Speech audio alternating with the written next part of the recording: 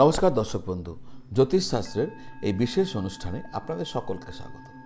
দর্শক বন্ধু, 2025 কেমন যাবে এই নিয়ে আপনাদের মধ্যে অনুসন্ধিৎসা রয়েছে, জিজ্ঞাসা রয়েছে। আর তাই আজকে যারা আপনারা মকর রাশি, আপনাদের অনুসন্ধিৎসা জিজ্ঞাসার উত্তর দিতে চলেছি। অর্থাৎ 2025 আপনারা যারা মকর রাশি, আপনাদের কেমন যেতে চলেছে।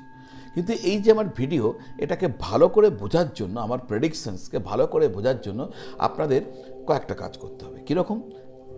এটাকে আপনি রাশি হিসাবে শুনবেন, যেমন মকর রাশি আপনার শুনুন। এরপর দেখুন আপনার কুণ্ডলী লগ্ন কি বলছে।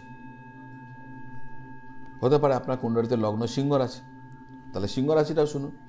অর্থাৎ আপনার কুণ্ডলী অনুযায়ী রাশিটা কি, রাশি অনুযায়ী শুনুন, আর লগ্নটা কি, লগ্ন অনুযায়ী শুনুন। দুটোকে শোনার পর ভালো খারাপ বা যাই বলছি না কেন, তার একটা আনুপাতিক ব্যালেন্স তৈরি করুন যে হ্যাঁ, এই সেক্টরে ভালোই দেখাচ্ছে দুটো ক্ষেত্রেই, আর ওই সেক্টরে খারাপ দেখাচ্ছে দুটো ক্ষেত্রেই, বা একটাতে ভালো একটাতে খারাপ, তাহলে মাঝামাঝি ফল। তো এইভাবে একটা আনুপাতিক ব্যালেন্স তৈরি করুন। এরপর আপনার কোন দশান্তর দশা চলছে সেটাও দেখুন। যদি দশা অন্তর্দশা আপনার পক্ষে থাকে আর দুটি ক্ষেত্রেই যদি আপনার ট্রেন্ড আনুকূল্যতার দিকে থাকে, তাহলে ডেফিনেটলি আপনার 2025 যে ভালোটা বলবো সেই ভালোর দিকেই যাচ্ছে, বা যেখানে আমি বলবো খারাপ সেখানে ওই দিকেই ইঙ্গিত করছে। তো এইভাবে এই প্রেডিকশনসকে আপনি আপনার জীবনে বোঝার চেষ্টা করুন, দেখবেন অনেক ক্ষেত্রে কিন্তু এটা মিলে যাবে। তো আসা যাক মূল আলোচনায়। তবে মূল আলোচনায় যাবার আগে আপনারা যারা আপনার কুণ্ডলী আমাকে দেখাতে চাইছেন, জ্যোতিষীয় কোনো বিষয়ে কোনো প্রতিকার জানতে চাইছেন, প্রতিবিধান জানতে চাইছেন, জ্যোতিষীয় কোনো প্রশ্ন জিজ্ঞাসার উত্তর জানতে চাইছেন, হ্যাঁ, কুণ্ডলী বিচার করাতে চাইছেন, তাহলে আমার সাথে যোগাযোগ করতে পারেন। স্ক্রিনের তলায় যে নাম্বার দেওয়া আছে 9830564500, ওই নাম্বারে ফোন করে আপনারা আগ্রহ প্রকাশ করলে আপনারা আমার সাথে আপনাদের যা ইচ্ছা সেটাকে পূর্ণ করতে পারবেন। আমাকে অনলাইন এবং অফলাইন দুটি পদ্ধতির মাধ্যমে আমার সাথে যোগাযোগ করতে পারেন। আমার চেম্বারেও আসতে পারেন, আর অনলাইন ভিডিও কল বা টেলিফোন কলের মাধ্যমে পুরো সাপোর্ট পেতে পারেন। তো ডিটেলস বোঝার জন্য ওই নাম্বারে ফোন করবেন বা হোয়াটসঅ্যাপ করবেন। আমার অফিস থেকে আপনাকে সম্পূর্ণভাবে বুঝিয়ে দেবে কিভাবে আপনাকে কি করতে হবে। আসা যাক আজকের আলোচনায়। প্রথম আলোচনায় বলবো মকর রাশির 2025 স্বাস্থ্যভাব। দেখুন, আগের বছরের তুলনায় এই বছর কিন্তু স্বাস্থ্য ক্ষেত্রটি ভালো থাকবে। বিশেষ করে মার্চ মাসের পর শনির প্রভাব দ্বিতীয় ঘর থেকে চলে যাবে, আর আপনার রাশির ওপর বৃহস্পতির দৃষ্টি প্রভাব রয়ে যাবে। ফলে স্বাস্থ্যক্ষেত্রে যদি কোনো সমস্যা ছিল তা নিশ্চিতভাবে আরোগ্যতার দিকে মুভ করে যাবে, আপনাকে আরোগ্য পেতে সাহায্য করবে। কিন্তু আপনাকে খাওয়া দাওয়ার ওপর বিশেষ নজর রাখতে হবে, কারণ সেই সময় আর একটা ঘটনা ঘটবে। রাহু কিন্তু আপনার দ্বিতীয় ঘরে এসে প্রবেশ করবে। দ্বিতীয় ঘর হচ্ছে আমাদের মুখ, খাওয়া দাওয়া, জাঙ্ক ফুড খাওয়ার বড় ইচ্ছা জাগবে, ভুলভাল খাবার ইচ্ছা জাগবে। তো এই দিকে আপনাকে নজর রাখতে হবে। ভুলভাল খেলে ডেফিনেটলি শরীর খারাপ হয়ে যাবে, তাই সেখানে আপনাকে খেয়াল রাখতে হবে। যদি একটু সতর্ক থাকেন তাহলে স্বাস্থ্যক্ষেত্রে কোনো গুরুতর সমস্যা আপনাকে ভোগ করতে হবে না। যাদের আগে থেকে মুখ, পেট, যৌনাঙ্গ বা বুকে কোনো সমস্যা রয়েছে, তাদের কিন্তু 2025 সালে সতর্ক থাকতে হবে। আসা যাক পড়াশোনা, বিদ্যাভাব। বছরের দ্বিতীয় অর্থাৎ মে মাসের মাঝামাঝি সময় পর্যন্ত বৃহস্পতি পঞ্চম ঘরে থাকবে, আর পঞ্চম ঘর হচ্ছে শিক্ষার ঘর। যেহেতু বৃহস্পতি শিক্ষার কারক গ্রহ, তাই ছাত্রছাত্রীরা এই সময়কাল পর্যন্ত যথেষ্ট ভালো ফলাফল করবেন। যারা উচ্চশিক্ষার জন্য প্রচেষ্টারত রয়েছেন তাদের প্রচেষ্টা সফল হবার যথেষ্ট সম্ভাবনা থাকবে। মে মাসের মাঝামাঝি সময়ের পর বৃহস্পতি ষষ্ঠ ঘরে গোচর করবেন।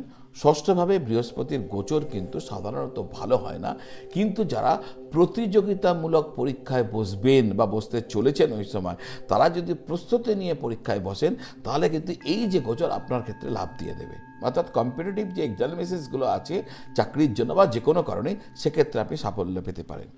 সাধারণ ছাত্রছাত্রীরা যারা বিদেশে গিয়ে পড়াশোনা করছেন বা যারা সাধারণ ছাত্রছাত্রীরা রয়েছেন এখানেই পড়াশোনা করছেন, তারা যদি তাদের স্বাস্থ্যভাবকে ঠিক রাখতে পারেন, তাহলে বিদ্যা অর্জনের ক্ষেত্রে 2025 সালে কোনো বড় সমস্যা আপনাদেরকে ভোগ করতে হবে না। আসা যাক কেরিয়ার। মকর রাশির জাতক জাতিকারা 2025 সালে চাকরির ক্ষেত্রে কিন্তু ভালো ফলাফল পেতে পারেন। বিশেষ করে মার্চ মাসের পর চাকরির পরিস্থিতি আপনার জন্য যথেষ্ট অনুকূল হয়ে উঠতে পারে। যারা চাকরি পরিবর্তন করার কথা ভাবছিলেন তারা মার্চ মাসের পরেই এই পরিবর্তনের জন্য চেষ্টা করবেন, আর সেটা আপনার জন্য অনুকূল হবে। মে মাসের মাঝামাঝি সময়ের পর বৃহস্পতির গোচর চাকরির ক্ষেত্রে তেমন বড় সমস্যা আপনার জন্য নিয়ে আসবে না, কিন্তু এক্ষেত্রে খেয়াল রাখতে হবে রাহু কিন্তু দ্বিতীয় ঘরে বসে থাকবে, তাই আপনার কথাবার্তার উপর আপনাকে নজর রাখতে হবে, আপনার বাণীর ওপর নজর রাখতে হবে। কারণ বাণীকে নিয়ন্ত্রণ করতে না পারলে কিন্তু আপনার আশপাশের পরিবেশ বিষিয়ে উঠতে পারে, লোকের সাথে ঝগড়া হয়ে যেতে পারে, যার কারণে আপনি পিছিয়ে পড়তে পারেন। যারা ব্যবসা করছেন তাদের ক্ষেত্রে কিন্তু বছরের শুরু থেকে মার্চ মাস পর্যন্ত শনি যেহেতু দ্বিতীয় ঘরে থাকবে, ফলে আপনার ব্যবসার ক্ষেত্রে আপনাকে অনুকূল ফলাফল দেবে না। আবার ব্যবসাতে আপনি একটু সামান্য মন্দাও অনুভব করতে পারবেন, কিন্তু শনি যখন ঘর পরিবর্তন করবে মার্চ মাসের পর, তখন থেকে পরিস্থিতি আবার ধীরে ধীরে অনুকূল হতে শুরু করবে। এবছর ব্যবসায় আপনার পারফরমেন্স ভালো থাকতে পারে। তারপর বিশেষ করে দ্বিতীয়ার্ধ আপনাকে প্রচুর পরিশ্রম করতে হবে। মার্চ মাসের পর থেকে বছরের বাকি সময় আপনি তখনই ভালো করতে সক্ষম হবেন যদি ব্যবসাতে প্রচুর নজর দেন, ফোকাসড হয়ে থাকেন আর বেশি পরিশ্রম করতে থাকেন। আর্থিক পরিস্থিতি বছরের শুরু থেকে মে মাসের মাঝামাঝি সময়ের আগে পর্যন্ত বৃহস্পতির দৃষ্টি আপনার একাদশ ঘর অর্থাৎ লাভের ঘরে থাকবে, সুতরাং আপনি লাভ পেতে সমর্থ হবেন। মে মাসের মাঝামাঝি সময়ের পর বৃহস্পতি ষষ্ঠে চলে গেলে তার দৃষ্টি এসে পড়বে আপনার দ্বিতীয় ঘরে, অর্থাৎ আপনার ধন সম্পদের ঘর, অর্থাৎ আপনার সেভিংসের ঘর। তো ন্যাচারালি আপনার সেভিংস বাড়াতে সাহায্য করবেন আর রক্ষা করতে সাহায্য করবেন। এক্ষেত্রে একটা জিনিস মনে রাখতে হবে, রাহু কিন্তু ওই সময় আপনার দ্বিতীয় ঘরেই বসে আছেন। বৃহস্পতি দৃষ্টি দিয়েছেন, ধন সম্পদকে রক্ষা করার চেষ্টা করছেন, সম্পদ সেভিংস বাড়ানোর চেষ্টা করছেন। রাহু বসে আছেন, তিনি ব্যয় করাবার চেষ্টা করবেন, নষ্ট করাবার চেষ্টা করবেন। বা জিতবে কে? আপনি যদি আপনার ব্যালেন্স ঠিক রাখতে পারেন, মস্তিষ্ককে ঠিক রাখতে পারেন, ঠিক নির্ণয় নিতে পারেন, তাহলে আপনি জিতবেন, রাহু জিততে পারবে না। তো আমি আপনাকে অ্যালার্ট করে দিচ্ছি, খেয়াল রাখবেন এই বিষয়টিকে। গাড়ি বাড়ি ভূসম্পত্তি, যারা বাড়িঘর তৈরি করার চেষ্টা করছেন, ফ্ল্যাট কেনার চেষ্টা করছেন, জমি জমা কেনার চেষ্টা করছেন, 2025 সালে আপনাদের চেষ্টা কিন্তু সফল হওয়ার অনেক সম্ভাবনা আমি দেখতে পাচ্ছি। জমি জমা সংক্রান্ত, বাড়িঘর কেনার সংক্রান্ত যদি গত বছর কোনো কারণে আটকে গেছিল, সেই অসুবিধা এই বছর 2025 সালে দূর হয়ে যাবে যদি আপনি নিয়মিতভাবে জোরদার প্রচেষ্টা করতে থাকেন। বিশেষ করে মার্চের পর থেকে আপনার চেষ্টা যদি একটু জারি রাখেন, বজায় রাখেন, তাহলে আপনি সফল হয়ে যেতে পারেন। মার্চের পর থেকে শনির তৃতীয় দৃষ্টি চতুর্থ ঘর থেকে সরে যাবে, ফলে যারা গাড়ি কেনার জন্য চেষ্টা করছিলেন তাদের গাড়ি কেনার চেষ্টাও সফল হতে পারে। প্রেম এবং বিবাহিত জীবন, বছরের শুরু থেকে মে পর্যন্ত বৃহস্পতির গ্রহের অবস্থান পঞ্চম ঘরে থাকবে, যা প্রেমের সম্পর্কের মধ্যে সামঞ্জস্য বজায় রাখার চেষ্টা করবে। তবে মার্চের পর থেকে পঞ্চম ঘরে শনির তৃতীয় দৃষ্টির প্রভাব শুরু হয়ে যাবে, তাই তখন থেকে ছোটোখাটো অসঙ্গতি, ছোটোখাটো তর্ক বিবাদ এগুলো শুরু হতে পারে। সতর্ক থাকবেন, আপনাকে সচেতন থাকার পরামর্শ দেওয়া হচ্ছে। মে মাসের মাঝামাঝি সময়ের আগে পর্যন্ত বৃহস্পতির গোচর আপনার দাম্পত্য ক্ষেত্রের জন্য অনুকূল থাকবে। যারা বিবাহ করার জন্য চেষ্টা করছেন তাদের চেষ্টা সফল হতে পারে। বিশেষ করে যারা প্রেম বিবাহের চেষ্টা করছেন তাদের জন্য সময় কিন্তু অনুকূল থাকবে।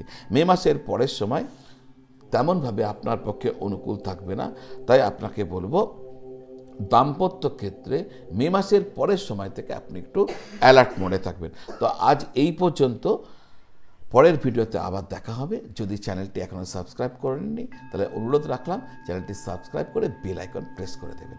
আপনি ভালো থাকুন, সকলকে ভালো রাখুন। নমঃ শিবায়।